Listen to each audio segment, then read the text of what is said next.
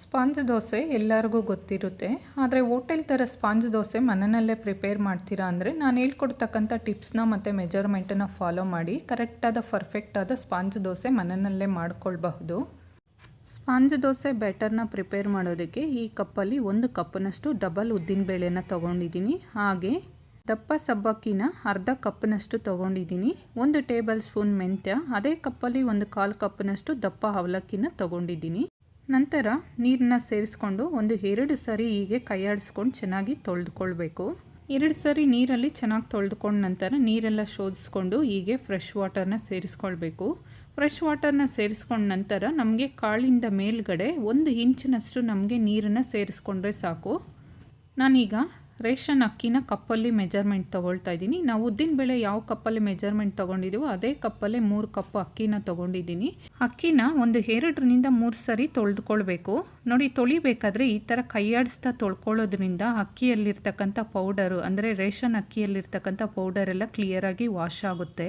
Ration ಅಕ್ಕಿನ 2-3 ಸರಿನೇ ತೊಳಿಬೇಕಂತೇನಿಲ್ಲ, ಕ್ಲಿಯರಾಗಿ ವಾಶ್ ಆಗೋ ತನಕ ನಾವು ತೊಳಿಬೇಕಾಗುತ್ತೆ. ಈಗ ನಾನು ಸ್ವಲ್ಪ ನೀರನ್ನು ಸೇರಿಸ್ತೀನಿ, ಅಂದರೆ ನೆನೆಸ್ಕೊಳ್ಳೋದಕ್ಕೆ ನೀರನ್ನು ಸೇರಿಸ್ತಿದ್ದೀನಿ. ಅಕ್ಕಿನ ತೊಳಿಬೇಕಾದ್ರೆ ಇದ್ದಂತಹ ನೀರಿಗೆ ಇವಾಗ ನಾವು ನೆನೆಸೋದಕ್ಕೆ ಇಟ್ಕೊಂಡಿರ್ತಕ್ಕಂಥ ನೀರಿಗೆ ಎಷ್ಟೆಲ್ಲ ಕಲರ್ ಚೇಂಜಸ್ ಇದೆ ನೋಡಬಹುದು. 8-9 ಅವರ್ ಚೆನ್ನಾಗಿ ನೆನೆಸಿಟ್ಕೊಂಡಿದ್ದೀನಿ. ಉದ್ದಿನಬೇಳೆಗೆ ನಾನು 1 ಇಂಚಿನಷ್ಟು ನೀರನ್ನು ಸೇರಿಸ್ಕೊಬೇಕಂತ ಹೇಳಿದೆ. ನೋಡಿ, ಈಗ ಉದ್ದಿನಬೇಳೆಯಲ್ಲಿ ಯಾವುದೇ ಥರದ ನೀರಿಲ್ಲ. ಸಬ್ಬಕ್ಕಿ ಮತ್ತು ಉದ್ದಿನಕಾಳು ಎಷ್ಟು ಪರ್ಫೆಕ್ಟಾಗಿ ನೆಂದಿದೆ ಅಂದರೆ ನಾವು ಕೈಯಲ್ಲಿ ಸ್ಮ್ಯಾಶ್ ಮಾಡಿದಾಗ ನೀಟಾಗಿ ಸ್ಮ್ಯಾಶ್ ಆಗ್ತಿದೆ. ಈ ಥರ ನೆನೆಸ್ಕೊಳ್ಬೇಕು. ನೆನೆಸ್ಕೊಂಡಿರ್ತಕ್ಕಂಥ ಉದ್ದಿನಕಾಳು, ಸಬ್ಬಕ್ಕಿ ಮತ್ತು ಅವಲಕ್ಕಿ, ಮೆಂತ್ಯ ಕಾಳನ್ನು ಮಿಕ್ಸಿ ಜಾರ್ಗೆ ಸೇರಿಸ್ಕೊಳ್ತಾ ಇದ್ದೀನಿ. ಮಿಕ್ಸಿ ಜಾರ್ಗೆ ಸೇರಿಸ್ಕೊಂಡ ನಂತರ ಫಸ್ಟ್ ಒಂದು ಸರಿ ಗ್ರೈಂಡ್ ಮಾಡ್ಕೊಳ್ಬೇಕು. ಗ್ರೈಂಡ್ ಮಾಡ್ಕೊಳ್ಬೇಕಾದ್ರೆ ತುಂಬ ಗಟ್ಟಿ ಅನಿಸಿದ್ರೆ ಮಾತ್ರ ಈ ಥರ ಸ್ವಲ್ಪ ನೀರನ್ನು ಸೇರಿಸ್ಕೊಂಡು ನೋಡಿ, ಈಗ ಈ ಥರ ಕ್ರೀಮಿ ಟೆಕ್ಸ್ಚರಲ್ಲಿ ನಾವು ಗ್ರೈಂಡ್ ಮಾಡ್ಕೊಳ್ಬೇಕು. ಉದ್ದಿನಬೇಳೆನ ನಾವು ಎಷ್ಟು ಸಾಫ್ಟಾಗಿ ಗ್ರೈಂಡ್ ಮಾಡ್ಕೊಳ್ತೀವೋ ನಮಗೆ ಸ್ಪಾಂಜ್ ದೋಸೆ ಅಷ್ಟೇ ಸಾಫ್ಟಾಗಿ ಬರುತ್ತೆ. ಗ್ರೈಂಡ್ ಮಾಡಿರ್ತಕ್ಕಂಥ ಹಿಟ್ಟನ್ನು ಈಗ ಒಂದು ಸ್ಟೀಲ್ ಪಾತ್ರೆಗೆ ಸೇರಿಸ್ಕೊಳ್ತಾ ಇದ್ದೀನಿ. ಆದಷ್ಟು ಸ್ವಲ್ಪ ದೊಡ್ಡ ಪಾತ್ರೆಗೆ ಸೇರಿಸ್ಕೊಂಡಾಗ ಉಬ್ಬಿ ಬಂದಾಗ ನಮಗೆ ಹೊರಗಡೆ ಚೆಲ್ಲೋದಿಲ್ಲ. ಮತ್ತದೇ ಮಿಕ್ಸಿ ಜಾರ್ಗೆ ನೆನೆಸಿಟ್ಕೊಂಡಿರ್ತಕ್ಕಂಥ ಅಕ್ಕಿನೂ ಸಹ ಸೇರಿಸ್ಕೊಳ್ತಾ ಇದ್ದೀನಿ. ಅಕ್ಕಿನೂ ರುಬ್ಕೊಳ್ಬೇಕಾದ್ರೆ ಫಸ್ಟು ಹಾಗೆ ಗ್ರೈಂಡ್ ಮಾಡ್ಕೊಳ್ಬೇಕು. ನಂತರ ಸ್ವಲ್ಪ ನೀರನ್ನು ಸೇರಿಸ್ಕೊಂಡು ಈ ಥರ ಸಾಫ್ಟಾಗಿ ಗ್ರೈಂಡ್ ಮಾಡ್ಕೊಳ್ಬೇಕು. ನೋಡಿ, ಈಗ ನಾನು ಕೈಯಿಂದ ತೋರಿಸ್ತಿದ್ದೀನಲ್ಲ, ಈ ಥರ ಕನ್ಸಿಸ್ಟೆನ್ಸಿಗೆ ಗ್ರೈಂಡ್ ಮಾಡಿಕೊಂಡ್ರೆ ಸಾಕು. ರುಬ್ಬಿರ್ತಕ್ಕಂಥ ಅಕ್ಕಿ ಹಿಟ್ಟನ್ನು ಸಹ ಈಗ ನಾವು ಮೊದಲೇ ಗ್ರೈಂಡ್ ಮಾಡಿ ಇಟ್ಕೊಂಡಿರ್ತಕ್ಕಂಥ ಉದ್ದಿನಬೇಳೆ ಹಿಟ್ಟಿನ ಜೊತೆ ಸೇರಿಸ್ಕೊಂಡು ನಂತರ ಕೈಯಿಂದ ಉದ್ದಿನಬೇಳೆ ಹಿಟ್ಟು ಮತ್ತು ಅಕ್ಕಿ ಹಿಟ್ಟನ್ನೆಲ್ಲ ಚೆನ್ನಾಗಿ ಮಿಕ್ಸ್ ಮಾಡ್ಕೊಳ್ಬೇಕು. ಆದಷ್ಟು ಕೈಯಿಂದನೇ ಮಿಕ್ಸ್ ಮಾಡ್ಕೊಳ್ಳೋದಕ್ಕೆ ಟ್ರೈ ಮಾಡಿ. ಈ ಥರ ಕೈಯಿಂದ ಮಿಕ್ಸ್ ಮಾಡ್ಕೊಳ್ಳೋದ್ರಿಂದ ದೋಸೆ ಹಿಟ್ಟು ಚೆನ್ನಾಗಿ ಉಬ್ಬಿ ಬರುತ್ತೆ.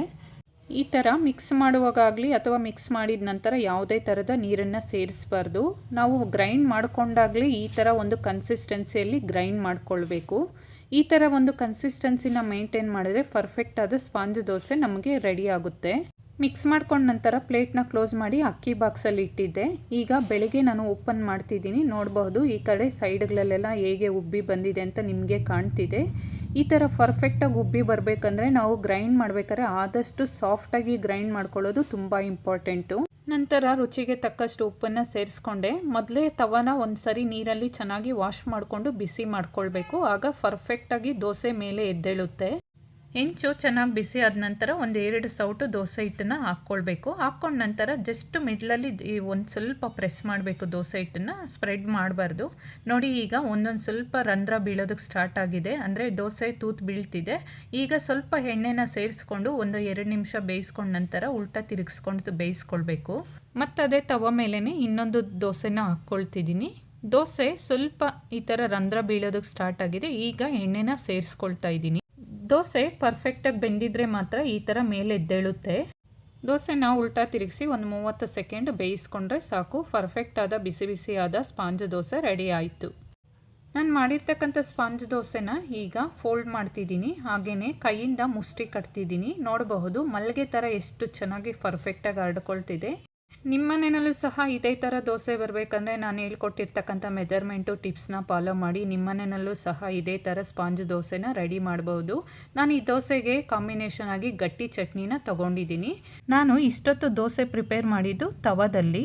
ಈಗ ಕಬ್ಬಿಣದ ಹೆಂಚಿನ ಮೇಲೆ ಯಾವ ಥರ ದೋಸೆ ಮಾಡಬೇಕಂತ ತೋರಿಸ್ತೀನಿ. ಮೊದಲು ಕಬ್ಬಿಣದ ಹೆಂಚನ್ನ ಚೆನ್ನಾಗಿ ತೊಳೆದುಕೊಂಡು ಒಂದು ಸ್ವಲ್ಪ ಈ ಥರ ನೀರನ್ನ ಕುದಿಸ್ಕೊಳ್ಬೇಕು. ಕಬ್ಬಿಣದ ಹೆಂಚಿನ ಮೇಲೆ ಇರ್ತಕ್ಕಂಥ ನೀರೆಲ್ಲ ಪರ್ಫೆಕ್ಟಾಗಿ ಡ್ರೈ ಆದ ನಂತರ 1 ನಿಮಿಷ ಬಿಸಿ ಮಾಡಿಕೊಂಡು ನಂತರ ಒಂದೆರಡು ಸೌಟು ದೋಸೆ ಹಿಟ್ಟನ್ನು ಸೇರಿಸ್ಕೊಂಡು ಮಿಡ್ಲಲ್ಲಿ ಪ್ರೆಸ್ ಮಾಡ್ಕೊಳ್ಬೇಕು. ಸ್ವಲ್ಪ ಬೆಂದಿರಬೇಕಾದ್ರೆ ಈ ಥರ ರಂಧ್ರ ಬೀಳುತ್ತೆ. ಆ ಟೈಮಲ್ಲಿ ನಾವು ಸ್ವಲ್ಪ ಎಣ್ಣೆನ ಸೇರಿಸ್ಕೊಳ್ಬೇಕು. ಸ್ವಲ್ಪ ಅಂದರೆ ನಿಮ್ಮ ರುಚಿಗೆ ತಕ್ಕಂತೆ ನೀವು ಸೇರಿಸ್ಕೊಳ್ಬಹುದು. ದೋಸೆಗೆ ಎಣ್ಣೆ ಸೇರಿಸ್ಕೊಂಡ ನಂತರ ಬೆಂದಿದೆ. ಈಗ ಉಲ್ಟಾ ತಿರುಗಿಸ್ಕೊಂಡು ಮತ್ತೆ 30 ಸೆಕೆಂಡು ಬೇಯಿಸ್ಕೊಂಡೆ. ಬೆಂದಿರ್ತಕ್ಕಂಥ ದೋಸೆನ ಒಂದು ಪ್ಲೇಟ್ಗೆ ಸರ್ವ್ ಮಾಡಿಕೊಂಡೆ. ಬಿಸಿ ಬಿಸಿಯಾದ ಸ್ಪಾಂಜ್ ದೋಸೆ ರೆಡಿ ಆಯಿತು. ಬಿಸಿ ಬಿಸಿಯಾದ ಪರ್ಫೆಕ್ಟಾದ ಸ್ಪಾಂಜ್ ದೋಸೆ ರೆಡಿ ಆಗಿದೆ. ನನ್ನ ವಿಡಿಯೋನ ಇಲ್ಲಿಗೆ ಎಂಡ್ ಮಾಡ್ತಿದ್ದೀನಿ. ನಿಮಗೆ ಈ ವಿಡಿಯೋ ಇಷ್ಟ ಆದರೆ ಪ್ಲೀಸ್ ಲೈಕ್ ಮಾಡಿ, ಶೇರ್ ಮಾಡಿ, ಕಮೆಂಟ್ ಮಾಡಿ. ಹಾಗೆ ನೀವು ಒಂದು ಲೈಕು ಒಂದು ಕಮೆಂಟ್ ಕೊಡೋದ್ರಿಂದ ನನ್ನ ಚಾನಲ್ ತುಂಬ ಚೆನ್ನಾಗಿ ಗ್ರೋತ್ ಆಗುತ್ತೆ. ನಾನು ಮತ್ತೆ ನೆಕ್ಸ್ಟ್ ವಿಡಿಯೋ ಜೊತೆ ಸಿಗ್ತೀನಿ. Love you all. Bye friends.